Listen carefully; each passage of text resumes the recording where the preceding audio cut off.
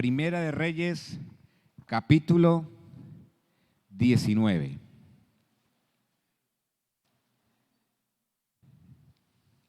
¿Se lo encontraron? Amén.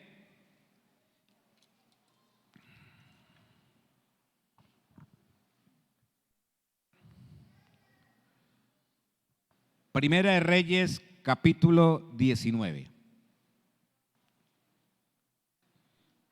¿Sí trajeron la Biblia? Bueno. Como una vez un pastor le preguntó a la iglesia: hermanos, ¿si encontraron el pasaje? Y la iglesia no contestó nada. Hermanos, ¿si encontraron el pasaje? Y la iglesia no contestó nada. Hermanos, ¿si trajeron la Biblia? Y la gente no contestó nada. Y el pastor preocupado: pero hermanos, ¿si trajeron la Biblia? Y contesta un hermano por allá: más bien agradezca que vinimos. Pero aquí no pasa eso. Aquí no pasa eso.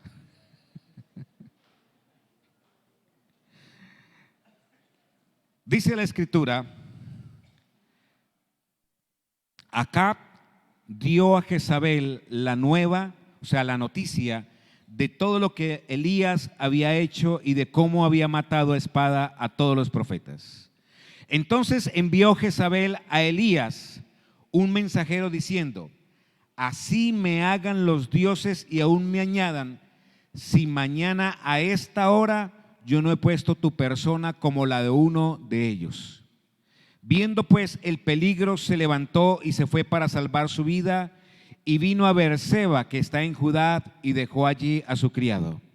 Y él se fue por el desierto un día de camino, y vino y se sentó debajo de un enebro, y deseando morirse dijo: basta ya, oh Señor, quítame la vida, pues no soy yo mejor que mis padres.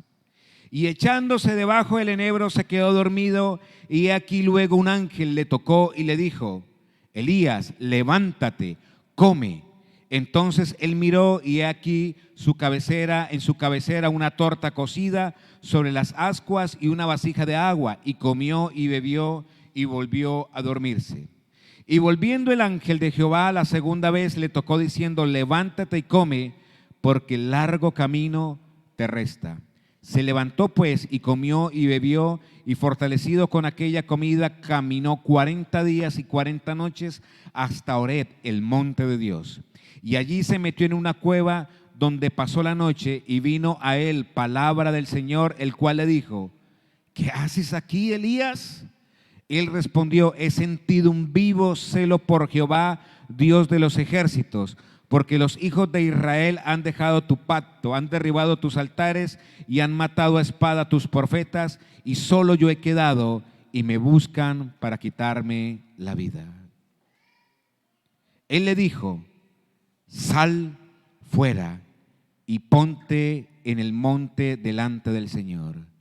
Y he aquí Jehová que pasaba, y un grande y poderoso viento que rompía los montes y quebraba las peñas delante del Señor, pero el Señor no estaba en el viento. Y tras el viento un terremoto, pero el Señor no estaba en el terremoto. Y tras el terremoto un fuego, pero el Señor no estaba en el fuego. Y tras el fuego un silbo apacible y delicado. Y cuando lo oyó Elías, cubrió su rostro con su mano y salió y se puso a la puerta de la cueva. Y aquí vino a él una voz diciendo: ¿qué haces aquí, Elías? Él respondió: he sentido un vivo celo por Jehová, el Señor, Dios de los ejércitos, porque los hijos de Israel han dejado tu pacto, han derribado tus altares y han matado a espada a tus profetas, y solo yo he quedado y me buscan para quitarme la vida. Y le dijo el Señor: vuélvete por tu camino por el desierto de Damasco, y llegarás y ungirás a Hazael por rey de Siria. A Jehud, hijo de Nimsi, ungirás por rey sobre Israel. Y a Eliseo, hijo de Safat, de Abel Meolab, ungirás para que sea profeta en tu lugar. Y el que escapare de la espada de Hazael, Jehú lo matará. Y el que escapare de la espada de Jehú, Eliseo lo matará. Yo haré que queden en Israel 7,000 cuyas rodillas no se doblaron ante Baal y cuyas bocas no lo besaron. Padre, en esta noche venimos delante de tu presencia para colocar, Señor, tu palabra, esta exposición delante de ti. Pido que tu Espíritu Santo, Señor, abra las mentes de cada uno de mis hermanos aquí presentes. Habla a su vida, Señor. Ministra su necesidad, a su problema, Señor. Obra en ellos de tal manera, Padre, que esta palabra no sea simplemente un conocimiento intelectual, sino sea una palabra que baje a su corazón y sea puesta en práctica en su vida cotidiana. Te lo pedimos, Señor, en el poderoso nombre de tu Hijo Jesucristo. Amén. Amén. He llamado a esta predicación con un nombre. ¿Qué haces aquí? Raro ese nombre, ¿cierto? ¿Qué haces aquí? ¿Qué haces aquí? ¿Saben, mis hermanos? Vamos a colocarnos en contexto. ¿Dónde estaba Elías cuando él estaba ejerciendo el ministerio? Resulta que Omrí era rey de Israel. Y Omrí, dice la Escritura, que hizo lo malo delante del Señor, cuando no lo habían hecho los reyes anteriores. Y Omrí, una vez que dejó de ser rey, le siguió su hijo Acab. Y dice la Escritura también que si Omrí hizo lo malo delante de Dios y fue peor que los anteriores reyes, su hijo fue más malo que su papá. En otras palabras, el uno era malo y el otro se dañó completamente. ¿Sí? No había en Israel un hombre justo que gobernara a ese pueblo.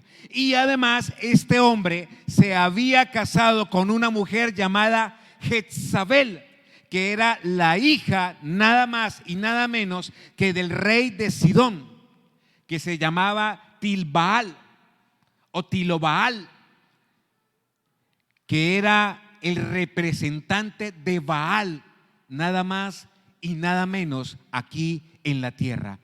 El sumo y máximo sacerdote de Baal en la tierra era el rey de Sidón, y de ese rey era hija, más bien Jezabel, era hijo Jezabel. Jezabel era una derivación de Jezebal. Imagínese ese nombre. Baal, que era el señor, ¿sí?, el dueño de la idolatría, el amo y señor que pedía sacrificios humanos y sacrificios de niños, el Dios que se le acudían o se le proferían poderes sobrenaturales, y el Dios de la fertilidad, el Dios de las cosechas. Y este rey acá se casa con esta mujer, desobedeciendo los principios bíblicos establecidos para un hombre en las Escrituras, y se lleva a Jezabel como esposa y la coloca como reina delante de todo el pueblo de Israel. ¿Sabe que esta mujer era una especie de misionera? Esta mujer inmediatamente emprendió su misión, y la misión de ella era establecer en Israel el culto a Baal, de tal manera que comenzó a perseguir y a asesinar a los profetas de Israel y a colocar sus propios profetas, y influyó en Acab para que este hombre colocara en los montes, en los altos montes, estatuillas, altares, para que el pueblo de Israel le rindiera culto a Baal. Y como Acab, como rey de Israel, era muy débil, entonces ella era la que gobernaba prácticamente en Israel. Pero había un profeta llamado Elías, un varón escogido de Dios, cuyo nombre significa Dios es mi Señor. También significa yo soy servidor de Dios, pero también significa Jehová es mi Señor. Era el representante de Dios aquí en la tierra. Así como Jezabel era el representante o la representante de Baal, había otro representante del Dios Todopoderoso que se llamaba Elías. Este hombre era de origen tisbita, o sea, de una región hacia el norte que era desértica. Era una región austera, o sea, solitaria. Era una región que hacía a los hombres duros, fuertes de carácter, y Dios necesitaba un hombre fuerte de carácter para poder enfrentar a otra mujer fuerte de carácter. Ahora, antes de que le sucediera a Elías lo que le sucedió en lo que acabamos de leer, Dios le dijo a Elías que declarara que no lloviera, y Elías declara que no va a llover sobre Israel hasta que él lo vuelva a decir. ¿Saben? En el capítulo 17 usted va a encontrar que Elías le dice al pueblo: no va a llover durante varios años. ¿Debido a qué? A su desobediencia.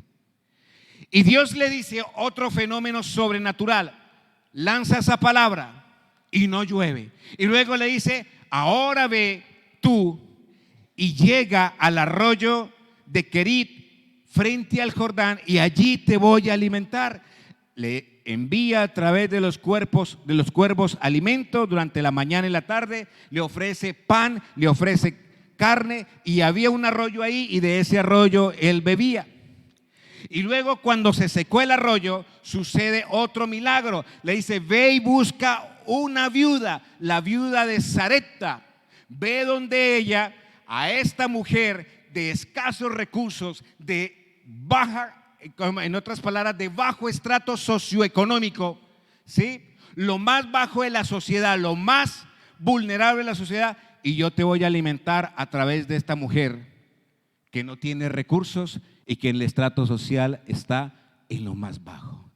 O sea, la viuda de Sarepta. Sarepta es la palabra aflicción. Es la palabra también que se emplea para refinamiento, para crisol, para pulimento. O sea, te voy a enviar a la viuda de Sarepta allí al lugar de pulimento, de crisol. El lugar donde yo voy a estar refinando tu carácter. Y allí ella le sustenta.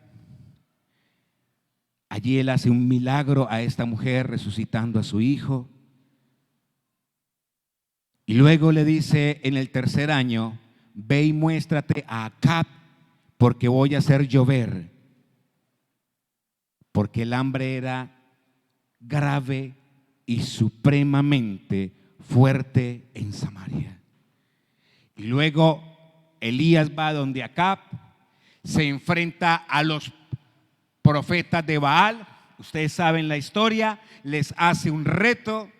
Dios se manifiesta con poder, y este hombre, Elías, prácticamente le corta el cuello o degolla a esos 450 profetas, y se va para su casa tranquilo después de esos antecedentes de milagros, de señales, de prodigios que Dios había hecho en él y a través de él. Este hombre vivía en la hegemonía de su ministerio. Su ministerio era pujante, su ministerio era creciente, su ministerio era notable, su ministerio se hacía ver y traslucía aún más allá de las fronteras del pueblo de Israel. Pero saben, Acab se encuentra otra vez con Elías, y Elías le dice a Acab: va a llover, vete corriendo para tu casa porque un aguacero fuerte viene. Y otro fenómeno sobrenatural sucede: agua, fuego.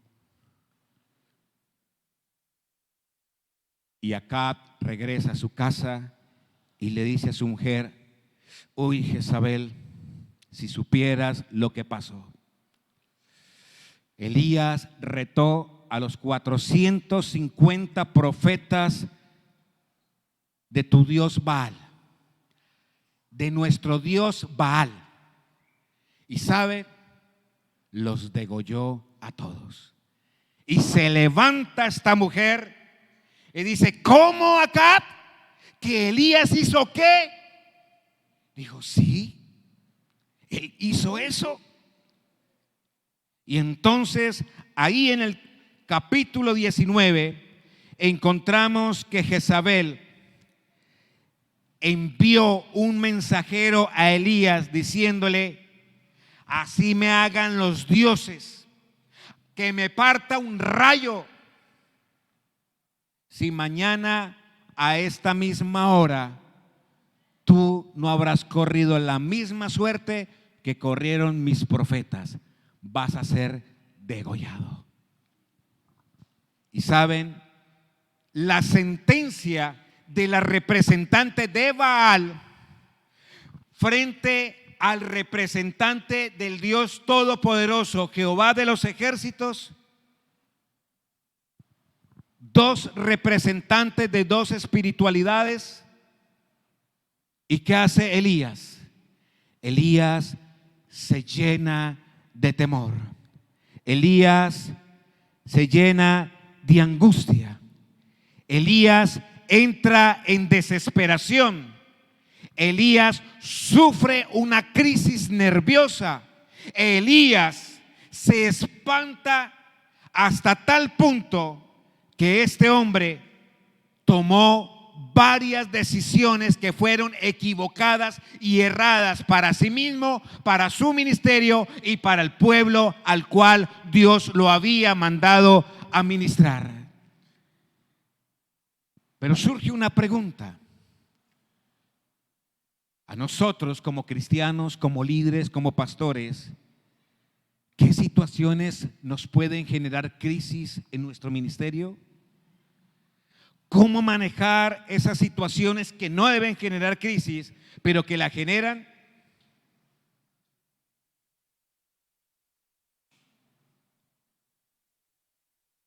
¿Qué situaciones nos generan crisis? He visto a muchos siervos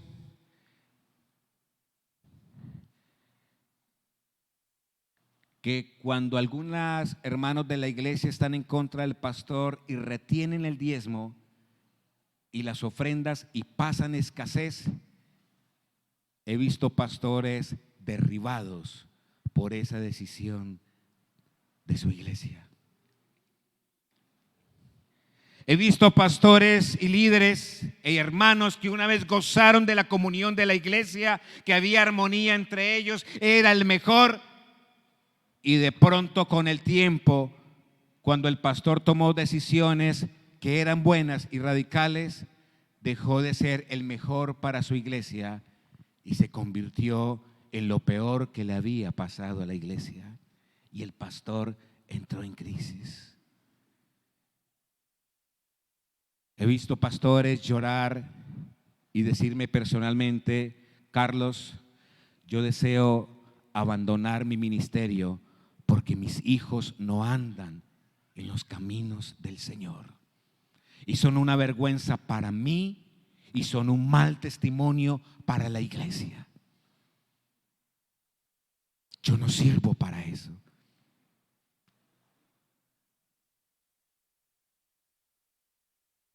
Conocí un pastor que cuando a su esposa le declararon cáncer, él se derrumbó. Se derrumbó completamente. Cuando había orado por otras para sanidad, cuando había visitado a otros en esas crisis, cuando él sufrió en carne propia esa crisis, esa situación, se derrumbó.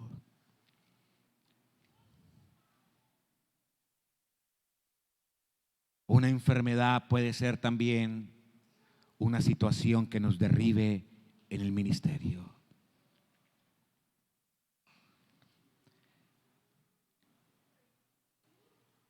Una caída.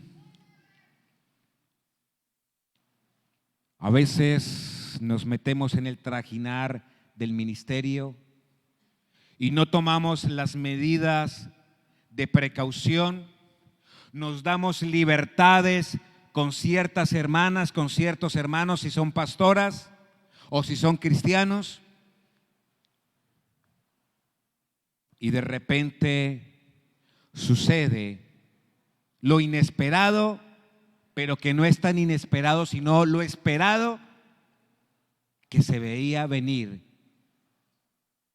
Y sucedió porque no se tomaron las medidas adecuadas. Y el pastor o la pastora cayeron. Conocí una pareja de líderes en la iglesia, un diácono de 20, 30 años y su mujer, serviciales en la iglesia, fieles con los diezmos, fieles en la oración, fieles en el ayuno. Y llegó un joven y se fijó en la señora que tenía casi como 50 años y comenzó a hablarle palabras al oído y palabras al oído. Y un día se acostaron, la mujer a medianoche se levantó, cogió su ropa y se voló con el joven. Y hasta el día de hoy el esposo no sabe para dónde se fue su esposa con ese joven. Ni los hijos saben. Ni los hijos saben. Esto creó en él un estado depresivo tal que perdió su trabajo, se retiró del ministerio de la iglesia y de tanto sufrimiento el hombre quedó confinado a una silla de ruedas por el resentimiento, el odio que acumuló frente a esa situación.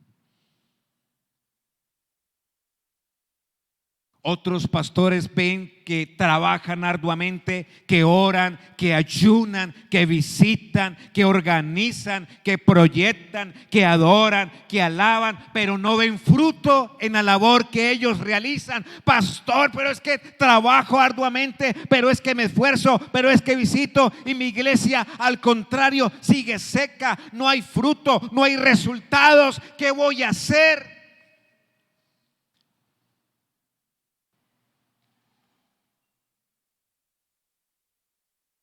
Hay otros que pasan por estados de sequedad espiritual.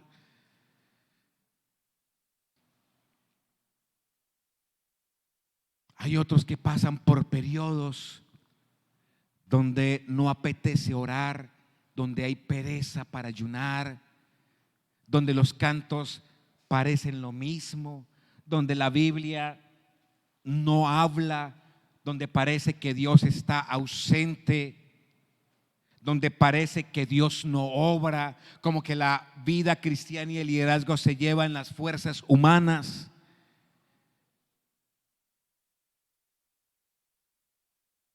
Y también he visto otros pastores que frente a las crisis de los hermanos por las cosechas, porque los despiden y no entran lo que habían presupuestado que entrara, entran en crisis y quieren renunciar al lugar donde Dios los colocó. Otros también por la mala preparación o el mal manejo que le dan a ciertas situaciones se han ganado la reacción de la iglesia, porque tal vez en su inmadurez cuentan cosas que los hermanos le han dicho y entonces la iglesia ha tenido rechazo por ese hombre o por esa mujer. O pastores cuyas mujeres no saben colocarse en su lugar y quieren usurpar al pastor, y entonces se han ganado también la animadversión de la iglesia frente a las decisiones de la misma esposa.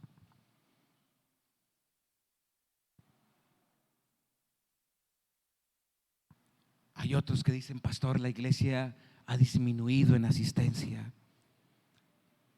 Hay hermanos que son inmaduros y solo viven de experiencias, y yo tengo que convertirme en un showman y mostrar poderes sobrenaturales y una sobreespiritualidad para poderlos tener contentos. Y aparece una nueva denominación, aparece un nuevo movimiento y allá se van los hermanos, para allá cogen los hermanos.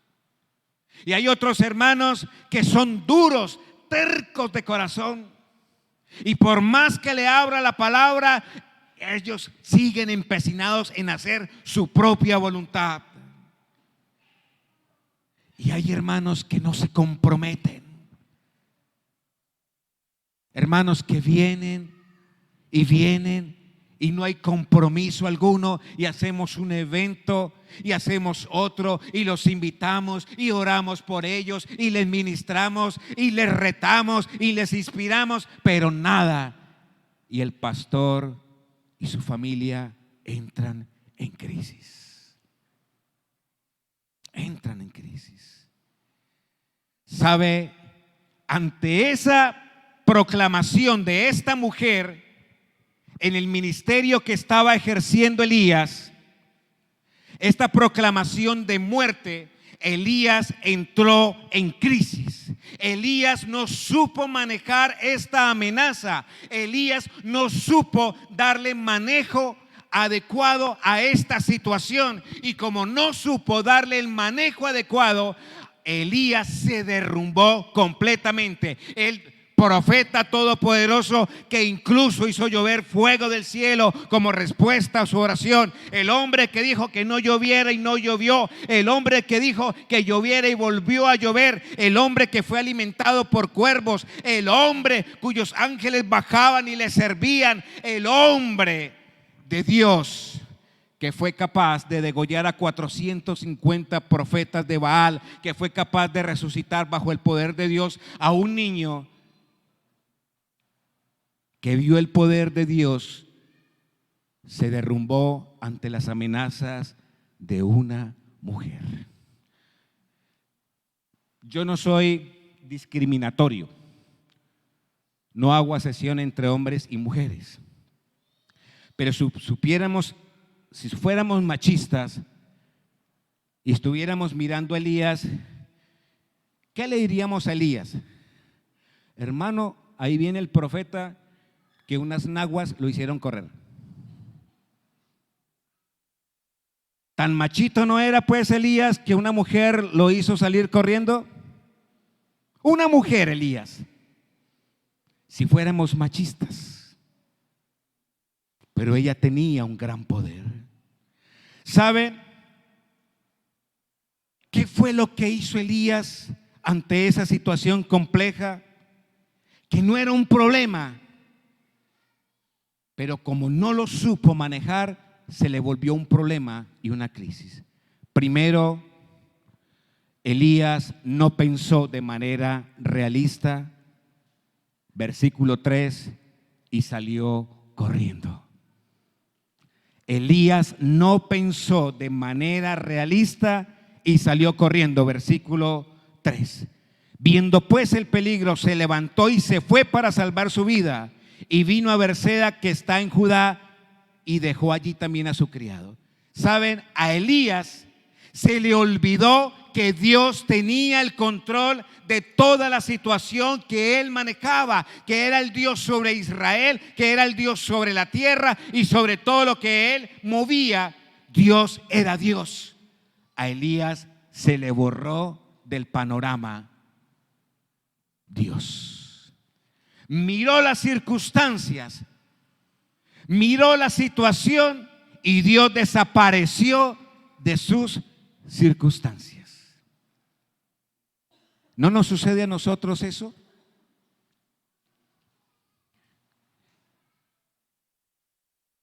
Tengo una líder que ella manda mensajes por WhatsApp. Jehová es tu escudo y tu fortaleza. Y luego manda otro WhatsApp. Ni el sol te fatigará de día, ni la luna de noche. Jehová te guardará tu entrada como tu salida. Y manda mensajes por WhatsApp. Y aconseja, y predica, y enseña.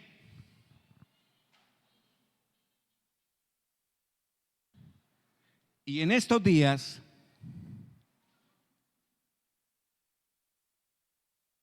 fue donde el médico, donde el especialista,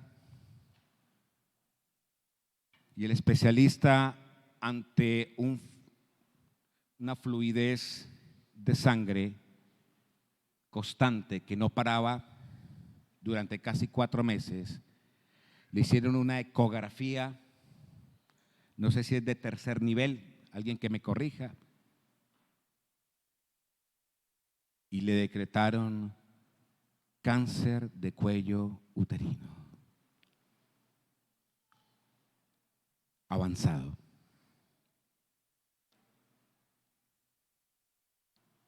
Y esta líder, frente a esa noticia de muerte, se derrumbó.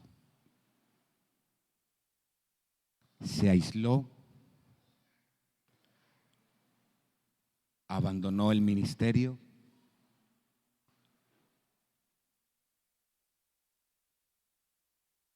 huyó, no volvió a la iglesia, no nos respondía el WhatsApp, no respondía el celular, no recibía visitas.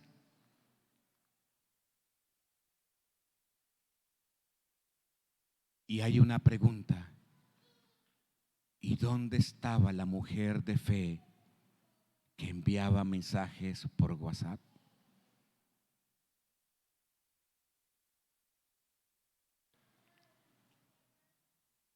¿Dónde estaba? Elías, frente a su crisis, pasó del reino del norte al reino del sur. Huyó. Elías huyó. Elías se fue. Elías abandonó su ministerio. Elías huyó de sus responsabilidades, del lugar donde Dios lo había colocado y de las responsabilidades donde lo había ubicado para que las ejerciera. Elías dijo no y huyó desde el norte hacia el sur. Recordemos que en ese tiempo había en el pueblo hebreo dos reinos: el reino del norte, Israel, cuya capital era Samaria, y el reino del sur, que era Judá, cuya capital era Jerusalén. Habían dos reyes, uno en el sur en Judá y uno en el norte en Jerusalén. Y en el norte estaba Acab, y Elías estaba ejerciendo su ministerio en el reino del norte, y fue tanto su temor que se vino al reino del sur a esconderse de esta mujer. ¿Qué hacemos frente al ministerio que nosotros tenemos, frente a una crisis? Pastor, yo creo que yo no he sido llamado al ministerio. Y comenzamos a dudar si Dios nos llamó al ministerio. Pastor, yo creo que debo renunciar. Creo que yo no soy para esta iglesia. Pastor, yo pienso que mi ministerio está en otro lado. Frente a las crisis, queremos renunciar, queremos abandonar. Frente a las crisis, nosotros queremos tomar otras medidas que no son las medidas adecuadas frente a la situación. No la enfrentamos, sino que queremos huir. Hay personas que cuando hay una relación de pareja, hay una crisis de pareja, hay hombres que salen y se van y huyen y le dejan a la esposa todo el problema. Piensan en huir. Piensan en huir. Elías tal vez dijo, bueno, como que fue un error que yo fuera como profeta. No sé, creo que yo no soy llamado para esto. Esto es muy duro. Esto es difícil. Creo que Dios me abandonó. Creo que Dios ya no me respalda. Creo que Dios se olvidó de mí. Creo que Dios ya no tiene el control de esta situación. Creo que Dios ya no me respalda en el ministerio. Creo que me inventé ese llamado. Creo que estoy aquí y tal vez no debería estar aquí. Tal vez debería estar en otro lugar. O tal vez no debí ni de venir aquí y más bien debo regresar a hacer el trabajo que antes hacía, como lo hizo Pedro cuando Pedro negó a Jesucristo y cantó el gallo y él lo había negado 3 veces. ¿Qué hizo Pedro? Pedro renunció a su ministerio, se fue Y a los días cogió a otros líderes, a otros apóstoles y les dijo: vámonos, vámonos a pescar. Y se fueron al lago de Galilea, donde una vez Jesús lo encontró y lo llamó, volvió al lugar que él había abandonado, al pasado que él había dicho: nunca más voy a regresar aquí. De aquí en adelante empezaré una nueva vida, un nuevo ministerio, un nuevo trabajo. Y cuando vino la crisis, renunció a su ministerio y quiso volver a sus labores del pasado. Uy, pastor, es que la vida cristiana es tan difícil, pastor.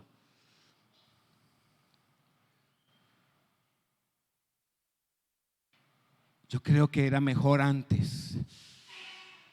Antes, cuando estaba en la cantina tomándome unas cervezas, cuando estaba con mis amigos tomándome unos aguardientes, cuando las chicas se me sentaban en las piernas.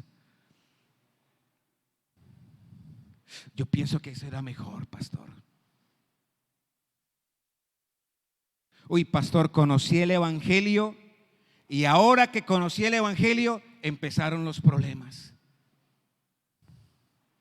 Antes no tenía tantos problemas. Y ahora, pastor, es cuando vienen más problemas. Uy, yo como que pienso renunciar a esta vida nueva que he empezado. Queremos renunciar. ¿Saben? Hace aproximadamente 3 años yo estaba en la ciudad de Armenia. Venía trabajando en la iglesia, dirigiendo el colegio, dirigiendo el seminario y en la regional.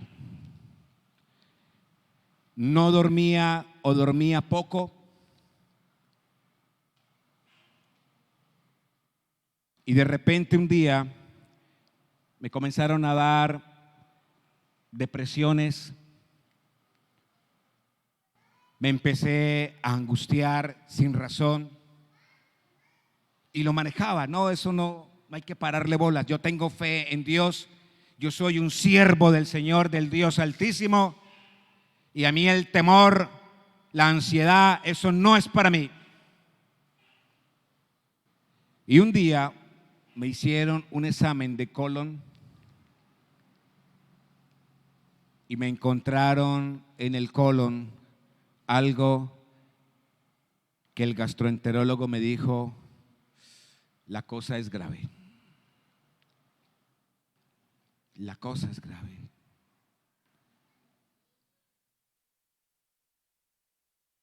Y en ese mismo tiempo, o al mismo tiempo, estaba pasando una crisis económica y de repente me salió un saldo en un banco que debía una plata que no me explicaba cómo la debía. Y mi hija menor, o la del medio, se iba a ir de la casa a estudiar a otra ciudad y la otra estaba pensando irse a trabajar, y eso fue sumando de tal manera que me acosté a dormir y como a las 2 de la mañana sufrí en mi cama un colapso nervioso, una crisis nerviosa. Entré en estado depresivo, de angustia, de ansiedad, de temor, de desesperación, que yo me senté en mi cama y me agarraba la cabeza y me agarraba el cabello y me puse a llorar y lloraba y lloraba y lloraba, y mi cuerpo empezó a temblar y mis manos temblaban, los dedos de los pies palpitaban, mi corazón se aceleraba, empecé a sudar frío, caliente y sudaba copiosamente. Y yo quería salir corriendo y no sabía si acostarme, si pararme, si bajarme, si subirme. Y duré toda la noche en vela. Y al otro día a trabajar. Y entró en mí tal desánimo que yo no quería trabajar, no quería coger un papel, no quería escribir. Y cuando llegó el momento de predicar a la iglesia, yo no tenía un mensaje para la iglesia porque no me daban ánimos de preparar un sermón. Perdí el apetito completamente hasta tal punto que pesaba 89 kilos y quedé pesando 77 kilos en menos de 2 semanas. Y eso me desestabilizó de tal manera que yo sufría mareos y me entró un estado de estreñimiento, y lo que comía o lo poco que comía lo vomitaba. Y yo mantenía en la casa, subía, bajaba, iba de un lugar al otro, y mi esposa y todos se preguntaban, ¿pero qué le pasa? Y yo decía, me voy a morir, ¿qué va a pasar con mis hijos? ¿Qué va a pasar con mi futuro? ¿Qué va a pasar con mi esposa? ¿Cómo voy a pagar las deudas? ¿Cómo voy a pagar la universidad de mi hija? ¿Cómo voy a seguir sustentando a mi hijo? ¿Cómo voy a seguir pagando este apartamento? ¿Cómo voy a pagar esas deudas? Y ahora, ¿cómo voy a pagar esta otra deuda? Señor, y esto no se va a sanar. Y empecé a pensar negativo y pesimista, y ya me veía en un ataúd.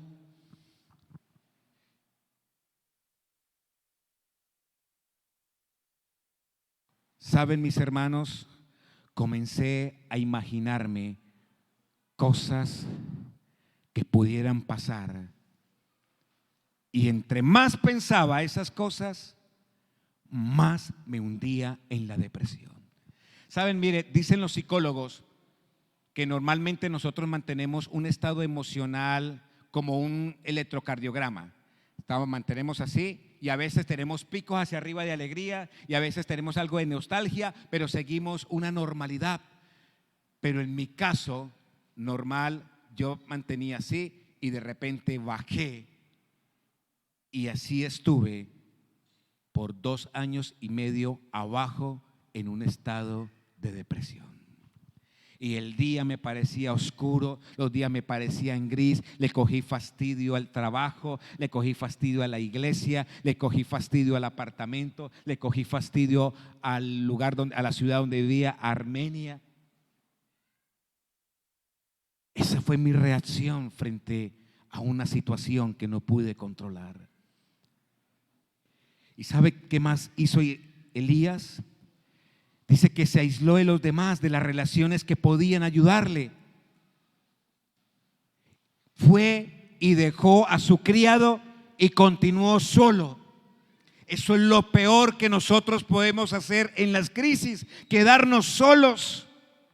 Algunos son tan omnipotentes. Uy, ¿qué tal si yo le cuento esto a un colega? ¿Qué dirá el colega? ¿Qué dirán mis jefes? Yo, el que oro por los enfermos, yo, el que oro por sanidad, yo, el que mando la palabra, yo, el que oro por las personas si se caen, yo, el que profetizo, yo, el que doy palabras de fe, yo, el que doy palabras de esperanza. Y voy a contarle a otro, uy, qué vergüenza, ¿qué pasará con mi orgullo? ¿Qué va a pensar el otro? Que ya no soy superpoderoso, que ya no soy el ungido del Señor, que ya no ando 3 metros sobre el piso. Y callamos, y callamos, y nos quedamos solos con el problema. Y más sobre todo nosotros los hombres, que por lo general no nos enseñaron nuestros padres a expresar libremente nuestras emociones. Cada vez que nosotros expresábamos nuestras emociones, entonces llegaba el papá y nos decía, ¿qué le pasa? ¿Acaso usted es una niñita? Levántese. Y eso fue reprimiendo internamente con una falsa idea de que los hombres que expresan sus sentimientos entonces son mujercitas débiles. mujercitas débiles. Uy, es que me van a ver vulnerable. Uy, ¿qué tal si cuento esto? De pronto me quitan el ministerio. ¿Y qué va a pasar conmigo? Y si cuento esto, ¿qué va a pasar con mis hijos? ¿Qué va a pasar con mi esposa? Me van a quitar la iglesia. Ya no voy a ser el pastor o la pastora de la iglesia o el líder del ministerio. Uy, si cuento esto, ¿qué va a pensar el pastor de mí? Y solo nos tragamos nuestros problemas como lo hizo Elías. ¿Saben? La alianza, cuando un pastor cae, hace 3 pasos. Primer paso: indaga bien la situación de lo que pasó. Y objetivamente, si hay una situación anómala y efectivamente el líder, como también lo hacen los pastores en la iglesia, ve que el pastor o el líder cayó, entonces nosotros seguimos un proceso. Y ese proceso es restaurar siempre a la persona que está en el ministerio. Nunca despedirlo. Nunca despedirlo. Siempre se piensa en restaurar a la persona que cayó. 1, indagar. 2, restaurarlo. Y 3, someterlo a un proceso de acompañamiento y reivindicación de esa persona de nuevo a su ministerio, pero sobre todo al manejo de las situaciones que le han ocasionado esa caída o ese problema. Y así se ha hecho en todas partes. Y se retira temporalmente al pastor y se envía otra persona para que lo cubra temporalmente, o los líderes toman la dirección mientras la otra persona es restaurada. Y si esa otra persona dice yo quiero volver y cumple los propósitos, vuelve otra vez y se reivindica el lugar. O si la persona dice yo quiero irme a otro lado, va a otro lado y trabaja y ministra en otro lado. Una vez previo cumplimiento de las metas trazadas por la misión. Pero Elías se aisló. Elías se quedó solo. Y Elías le sumó otro más: no quiero vivir más, basta Jehová, no quiero vivir más, quítame la vida, mándame la muerte. ¿Saben? Yo entré en ese estado de crisis y pasé del miedo, el temor también a morirme, a decirle: Señor, quítame la vida, quítame la vida. Y a veces medio dormía y me levantaba a las 4 o 5 de la mañana, si dormía 1 hora en la noche, y cuando abría los ojos volvía a la realidad. Y yo sé que algunos dicen: Señor, gracias por este nuevo día, gracias por los pajaritos que están sonando, y comienzan a cantar, a colocar canciones de alabanza y alabar al Señor. Yo decía, abría los ojos, dice: uy, Señor, maldito este día que voy a vivir. Y llegué a tal estado de desesperación que maldije el día en que Dios me trajo al mundo, como lo hizo también alguien de la Biblia. Y no lo hice una vez, sino que lo hice muchas veces. Y un día lo dije delante de mi esposa y dije: mi amor, maldigo el día en que nací.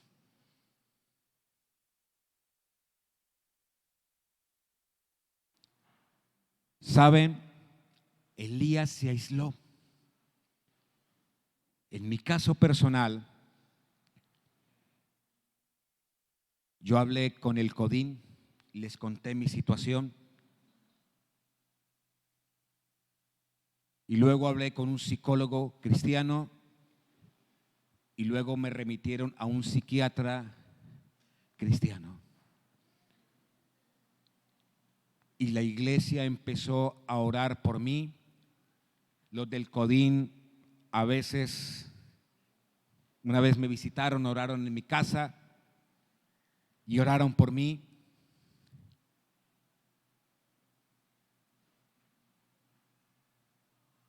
Y empecé con el psiquiatra a tomar pastillas, gotas para dormir y otras 2 pastillas más para poder controlar mi crisis nerviosa. Y era tal mi crisis nerviosa que yo iba donde el psiquiatra no una vez al mes, iba en la semana 2 veces a la semana. Y era tal la crisis que estaba pasando que el psiquiatra me dijo: ¿usted quiere quitarse la vida? Y yo le dije: por el temor que yo le tengo a Dios, yo no soy capaz de quitarme la vida. Pero sí le pido a Dios que me quite la vida todos los días y en todo momento. Yo no quiero vivir.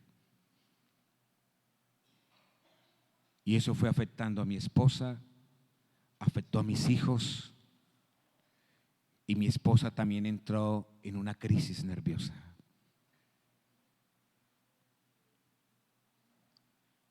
Y mis hijos decían: pero mi papá, ¿por qué está tan flaco? ¿Qué le pasa?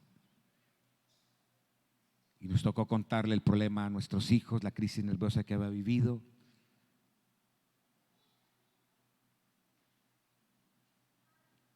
Y una vez pedí consejería a alguien, y ese alguien me dijo: ¿y usted sufriendo por eso? Por esas bobadas, por esas tonterías. Y usted no pues que es el pastor, y no usted pues que lee la Biblia, y no pues que ha estudiado en el seminario.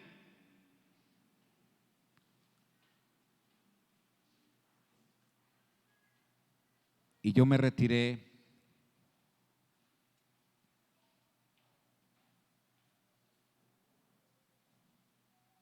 y comencé más bien a recriminarme. ¿Por qué soy así? ¿Por qué paso estas crisis? ¿Por qué? ¿Dónde está Dios? ¿Por qué no creo en Dios? ¿Por qué si leo la Biblia? ¿Por qué he estudiado esto? ¿Qué dirán los demás? ¿Qué dirá mi iglesia? Y saben, mis hermanos, eso agudizó mucho más mi crisis, hasta tal punto que el psiquiatra dijo: si de aquí a la semana entrante usted no mejora, tenemos que internarlo en una clínica.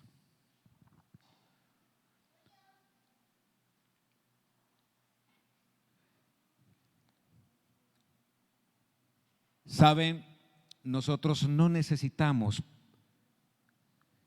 en esos momentos de crisis salir a contarle el problema a cualquiera. El problema que tenemos solamente se lo debemos de contar a las personas que nos pueden ayudarnos, que tienen la capacidad de ayudarnos, y nadie más. Porque no nos podemos ir a un extremo de aislarnos, pero tampoco podemos ir como líderes, como cristianos, como pastores a contárselo a todo mundo. Solamente a las personas correctas que nos pueden ayudar.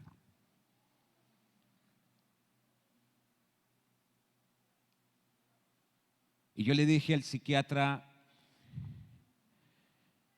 en medio de esta situación, yo le he dicho a Dios 2 cosas. Una: Señor, sucédame lo que me suceda, no me voy a suicidar. Y 2, sucédame lo que me suceda, nunca te dejaré, nunca te abandonaré. No importa, Señor, lo que me pase.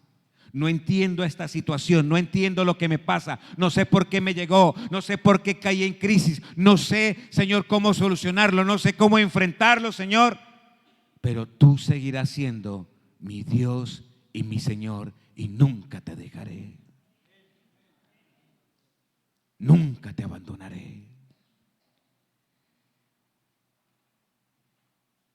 Y también caí en acto de autocomiseración. Mire que Elías se puso también en de autocomiseración. Versículo 4: no soy mejor que mis padres, sea, Dios no lo había creado para que fuera mejor que sus padres, pero él se sintió inferior.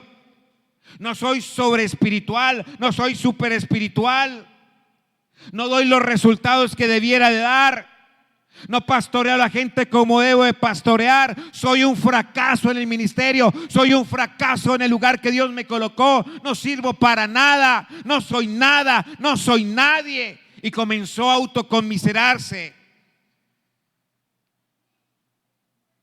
Y eso lo hundió más en la crisis. Mis hermanos,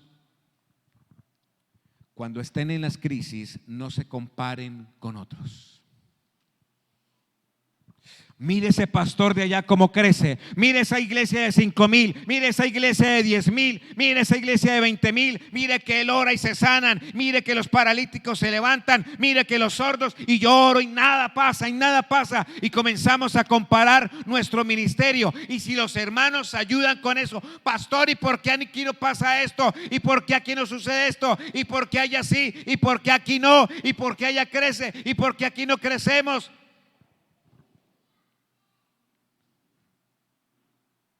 Saben, mis hermanos, Dios le dijo a Elías más adelante, Dios había creado un solo Elías. Dios no le mandó a ser mejor que sus antecesores, le mandó a ser Elías. Dios te dio a ti un carril por donde correr, te colocó en un ministerio, te dio unos dones con tu personalidad, y tú debes ser más tú, y tú debes ejercer los dones y prepararte para ser más tú y servirle al Señor con lo que tú eres, no comparándote con lo que le dio Dios a otro, porque eso fue para él, para que lo ejerciera en un lugar con las capacidades, y a él le va a pedir cuentas Dios por eso, pero a ti te va a pedir cuentas Dios por lo que te dio poco o mucho a ti. No te compares. No te compares. No compares el ministerio con otros ministerios. Dios te llamó a ti y no a otro. Tal vez había otro con más credenciales, con más capacitación, con más mérito, pero Dios no lo escogió a él, te escogió a ti. No la escogió a ella, te escogió a ti. Y si esa otra persona va a ocupar tu lugar, esa persona no va a tener éxito. Dios no la va a respaldar, porque Dios te colocó, te llamó a ti a ese lugar.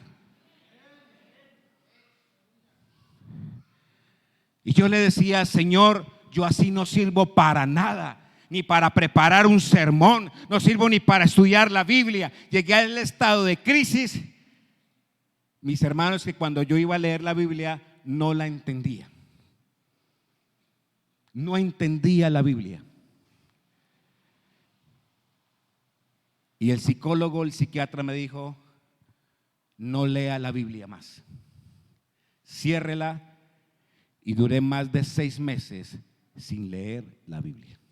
Ay, pero es el pastor, pero es el rector, pero ocupa un cargo directivo y no lee la Biblia. No la entendía. Había algo espiritual detrás de ello. No la entendía. Y no me daban ganas de orar. Y duré más de 2 meses que no oraba. Que la única oración mía eran 2 palabras: o me sacas de esto o me envías la muerte. Pero esas eran mis palabras. No quiero vivir. Y un día me preguntó el pastor Humberto, que debe venir acá. Me dijo, Carlos, ¿qué quieres? Yo le dije, pastor, yo quiero no vivir más.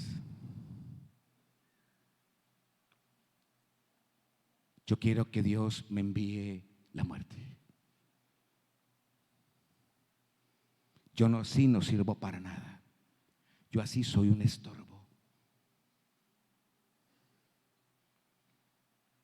Yo así, ni para esposo, ni para mis hijos, ¿Sabe? Caí en la mentira de la autoconmiseración. Nadie me quiere, todos me odian, Dios me abandonó, ¿dónde está Dios? ¿Por qué no me escucha? Caemos en la canción de ¿qué? Del gusanito, ¿cierto? ¿Y qué hizo Dios? Voy rápidamente. Dios hizo lo siguiente con el profeta.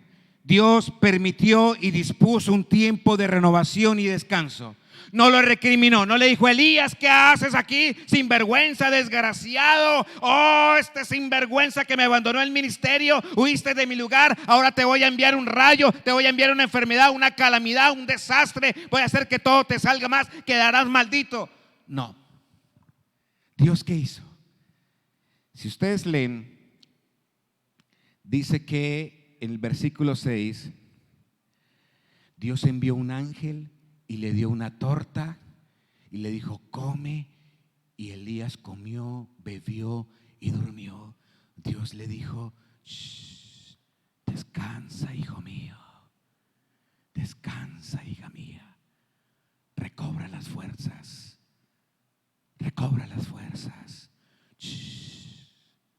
No estoy aquí para señalarte, no estoy aquí para juzgarte, no estoy aquí para condenarte, no estoy aquí para recriminarte.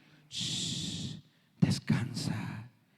Y luego dice que volviendo el ángel de Jehová la segunda vez lo tocó y le dijo: levántate y come, porque largo camino te resta. Dice que en el 8 se levantó pues y comió y bebió. Y lo más seguro es que se acostó a dormir, descansó, renovó sus fuerzas. Y luego le dijo Dios: camina 40 días, sea un tiempo largo e indeterminado, ve hasta el monte de Dios, el monte Horeb, allí donde Dios le habló a Moisés. ¿Y sabe qué hizo él? Caminó 40 días, 40 noches y volvió y se encuevó. Volvió y se encuevó. Hay unos que en estados depresivos se aíslan. Hay otros que comen y comen y comen y comen, y hay otros que pierden el apetito. Hay otros que se sueltan del estómago. Hay otros que les da mal genio. Elías se aisló totalmente. Y entonces, otra cosa que hizo Dios, Dios se comunicó con él dulcemente. ¿Qué haces aquí, Elías? ¿Qué haces aquí, Elías? ¿Sabe esa palabra qué implicaba cuando le dijo: ¿qué haces aquí, Elías? En otras palabras, Elías, este no es tu lugar. Elías, yo no te he llamado para que tú estés aquí. Elías, esta no es tu responsabilidad. Elías, sal de allí, sal de allí. Elías, levanta tu mirada. Elías, hay algo distinto, hay algo diferente. Y Elías le responde: Señor, es que esto es muy duro. Estoy solo contra el mundo. Y Dios le dice: no, otros están en tu misma situación y están haciendo lo mismo. Otros han sido llamados a hacer lo mismo que tú estás haciendo y están bajo la misma situación en la cual estás tú. Y son como 7,000. Así que Elías no está solo en la lucha. ¿Saben? Cuando Pedro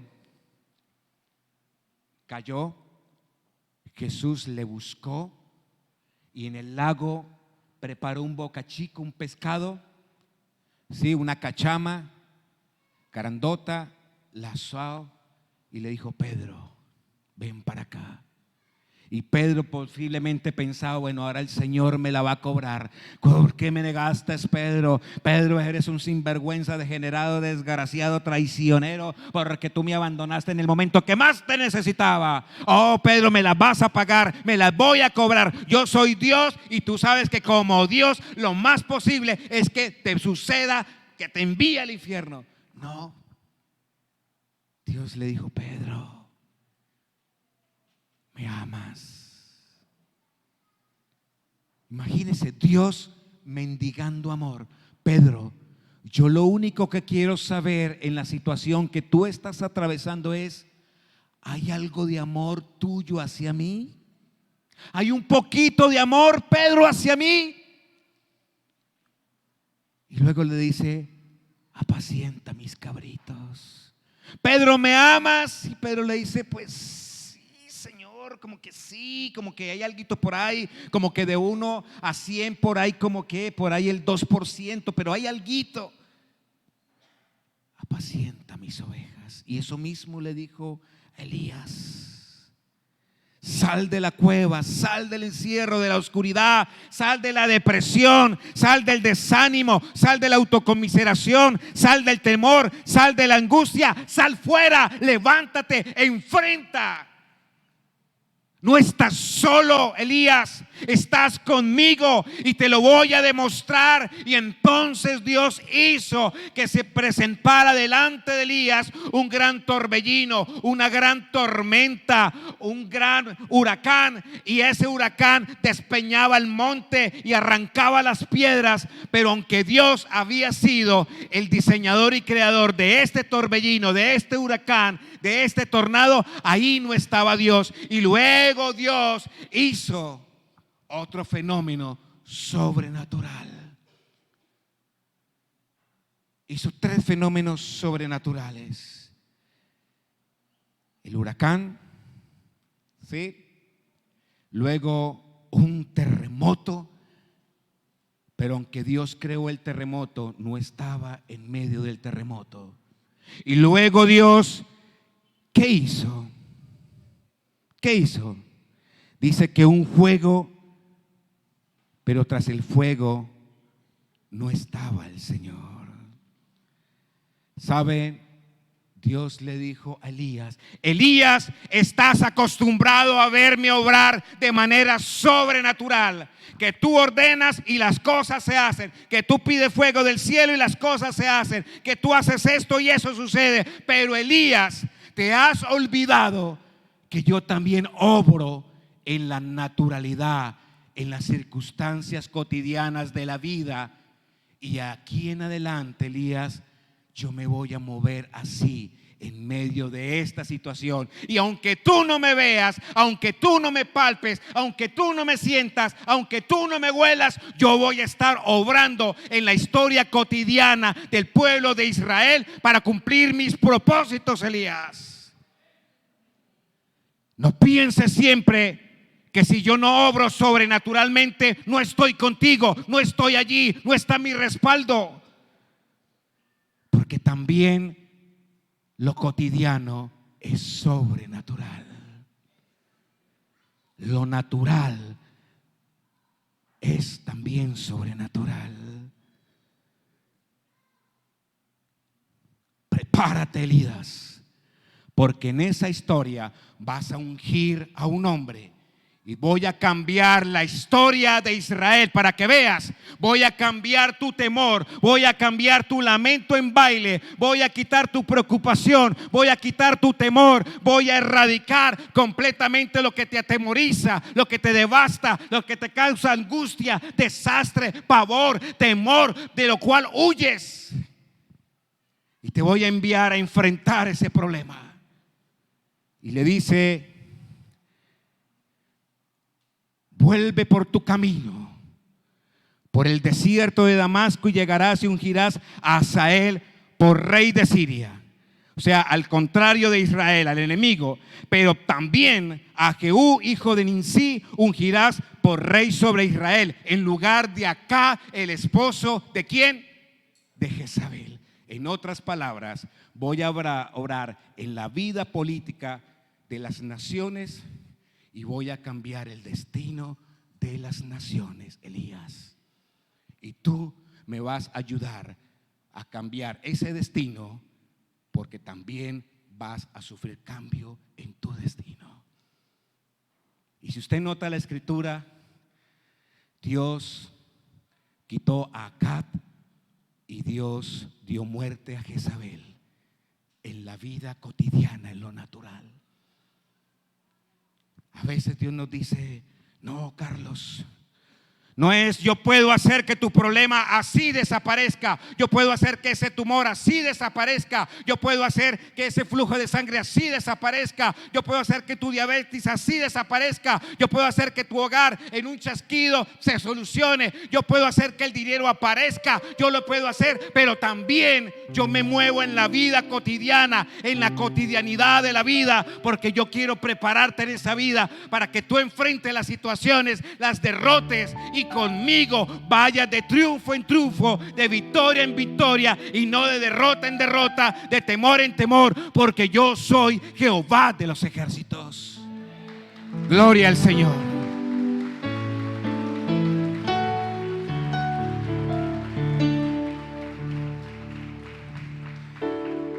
Elías, mi amor por ti, mi llamado hacia ti no ha cambiado por esta crisis.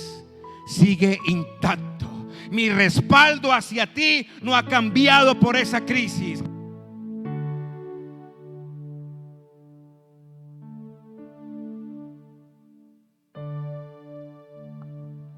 Elías ve y prepara líderes. Y lo mandó de nuevo al ministerio y le dijo: unge a Eliseo, o sea, prepara líderes. Prepara líderes que te ayuden en el ministerio, que te ayuden a llevar las cargas del ministerio, y que un día esos líderes puedan ocupar tu lugar. Prepara líderes. Levanta tu cabeza, sal del lugar de donde estás. Voy a resolver tus problemas, no de manera sobrenatural, aunque lo puedo hacer y lo ha hecho Dios en muchas ocasiones, pero esta vez lo voy a solucionar yendo al médico, a un especialista, a través de una cirugía, a través del respaldo en oración, a través de un tratamiento, a través del diálogo, del perdón, de la obediencia a mis principios. Elías, no te he quitado del ministerio. Tus crisis, tu llanto, tu lamento, tu dolor, tu abandono, tu renuncia, tus pensamientos negativos no han hecho entre tú y yo enemistad. Mi llamado, mi amor, mi respaldo hacia ti sigue intacto. Voy a cambiar la historia de Israel y tu historia en una mejor historia. Dios quiere escribir un nuevo capítulo en la historia de tu vida, en la historia personal tuya, en la historia de tu familia, de tus hijos y en la historia de tu ministerio. Porque no estás sirviendo a cualquier Dios, sino al Dios que tiene el control de la historia. La Biblia dice: mis días, tus días están en mis manos. Yo soy el que digo la última palabra. La enfermedad no es tu Dios. La amenaza no es tu Dios. Yo soy tu Dios que determina tu tiempo y tu hora. Y mis planes para Elías fueron planes